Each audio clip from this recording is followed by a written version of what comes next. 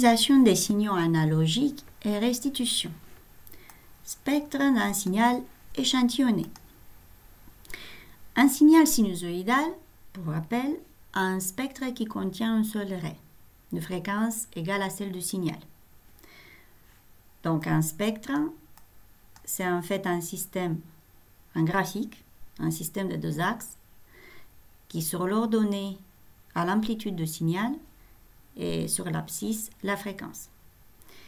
Et donc pour un signal sinusoïdal, son spectre contiendra une seule raie, puisqu'un signal sinusoïdal a une fréquence donnée, et cette raie-là va être placée sur l'abscisse à un endroit égal à la fréquence de signal.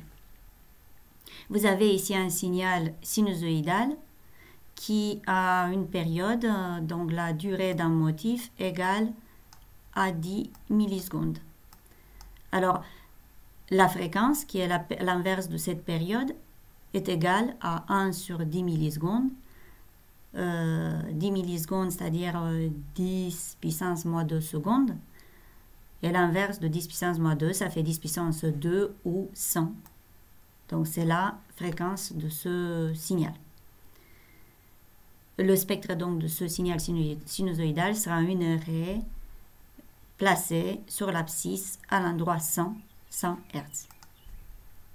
Si on échantillonne maintenant ce signal avec une certaine fréquence d'échantillonnage, on observe que le spectre devient plus complexe. Donc si on regarde le spectre du signal échantillonné à un oscilloscope, on obtient quelque chose comme ça. Alors, supposons que dans cet exemple, pour ce signal, on va prendre une période, une fréquence d'échantillonnage de 1000 Hz. Le spectre de ce signal échantillonné, le signal échantillonné sera le signal rouge ici. Si je prends une fréquence d'échantillonnage de 1000 Hz, ça veut dire que la période d'échantillonnage, c'est l'inverse de 1000 Hz, donc 10 puissance moins 3, 1 milliseconde.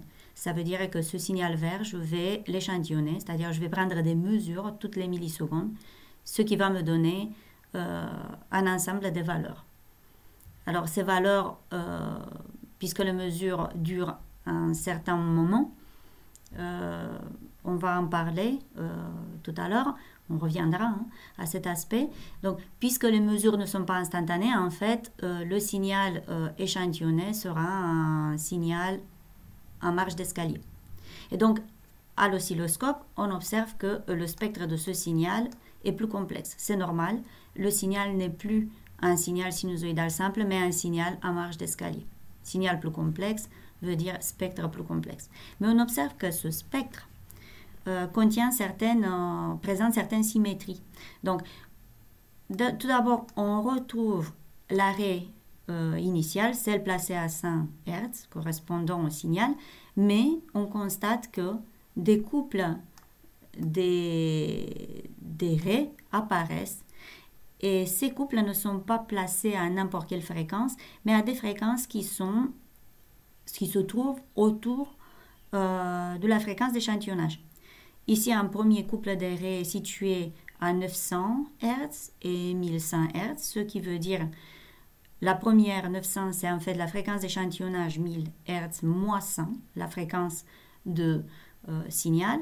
La deuxième, c'est la fréquence d'échantillonnage plus la fréquence de signal. Le couple suivant est placé à 1900 Hz et 2100 Hz. Donc, il est placé autour de 2 fois la fréquence d'échantillonnage et ainsi de suite. On n'a pas représenté sur la figure les autres couples de raies apparus, mais il y a effectivement une infinité. Deuxième chose qu'il faut observer, c'est que les raies ont toutes la même amplitude. Mais est-ce que c'est vrai? En fait, non. On reviendra. Mais avant, en résumé, il faut retenir l'essentiel.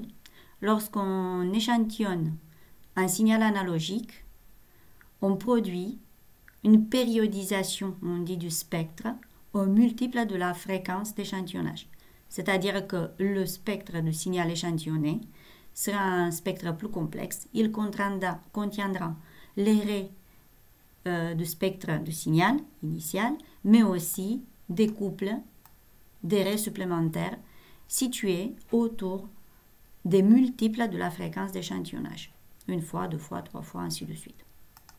Alors on revient à cette allure de marche en escalier de signal. Donc on a dit, lorsqu'on mesure, on échantillonne un signal, on prend des mesures de ce signal. Donc normalement, théoriquement, on a un ensemble de points, des valeurs telles qu'on les a obtenues lors de la mesure. Mais en réalité, aucune mesure n'est instantanée.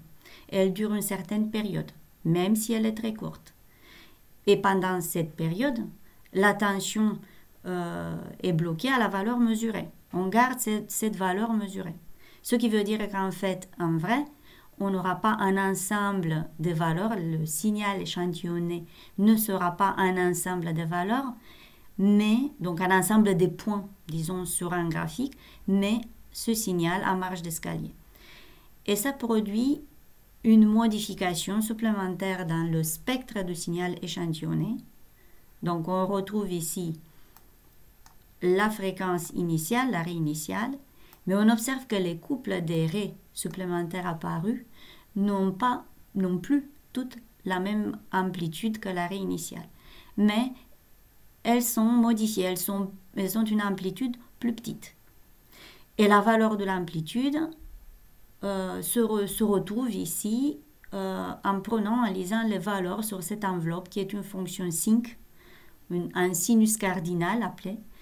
C'est une fonction mathématique compliquée. Donc on ne va pas rentrer dans des détails. Alors un signal échantillonné a en fait ce spectre dans lequel les raies ont des amplitudes qui ne sont pas toutes égales. Une application. Tracer le spectre du signal ci-dessus. Donc pour tracer le spectre du signal, c'est un signal sinusoïdal, et pour tracer son spectre, il faut tout d'abord déterminer sa fréquence. La fréquence est reliée à la période. La fréquence, c'est l'inverse de la période. Et la période, c'est celle que l'on peut lire sur cet oscillogramme. Alors, la période, c'est la durée d'un motif. Donc, on voit ici qu'un motif dure 1, 2, 3, 4 carreaux. Or, un carreau vaut 5 millisecondes. Alors, les 4 carreaux, c'est-à-dire la durée d'un motif, est de 20 millisecondes. Et effectivement, on retrouve ici l'indication de l'oscilloscope.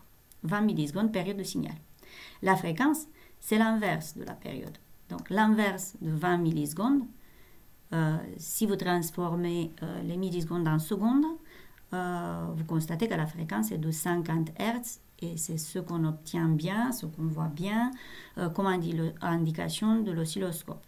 Alors, ce signal sinusoïdal a une fréquence de 50 Hz, ce qui veut dire que son spectre contiendra une seule raie placée à 50 Hz. Alors, on va échantillonner ce signal et on prend, par exemple, une fréquence d'échantillonnage de 500 Hz. Ce qu'on a dit tout à l'heure, c'est que lors de l'échantillonnage, des raies supplémentaires apparaissent. Et ces raies-là sont placées autour de la fréquence d'échantillonnage, donc autour de 500 Hz. Un premier couple de raies sera placé à la fréquence d'échantillonnage plus ou moins la fréquence du signal. Donc 500 moins 50 et 500 plus 50. Donc un premier couple de raies sera placé à 450 Hz et 550. Un deuxième couple, donc c'est le premier couple d'ici, un deuxième couple sera placé autour de 2 fois la fréquence d'échantillonnage, donc 950 et 1050. Ça serait ce deuxième couple de raies, et ainsi de suite. Le troisième couple de raies n'est plus représenté. Bien sûr que dans le spectre, on retrouve aussi l'arrêt initial qui correspond au signal sinusoïdal. Donc le spectre de signal échantillonné, dans notre cas, a cette allure. Raie de signal premier couple, deuxième couple, et il y a effectivement une infinité de raies qui ne sont plus représentées. Je vous invite donc à faire l'activité associée, l'activité appelée 4-3.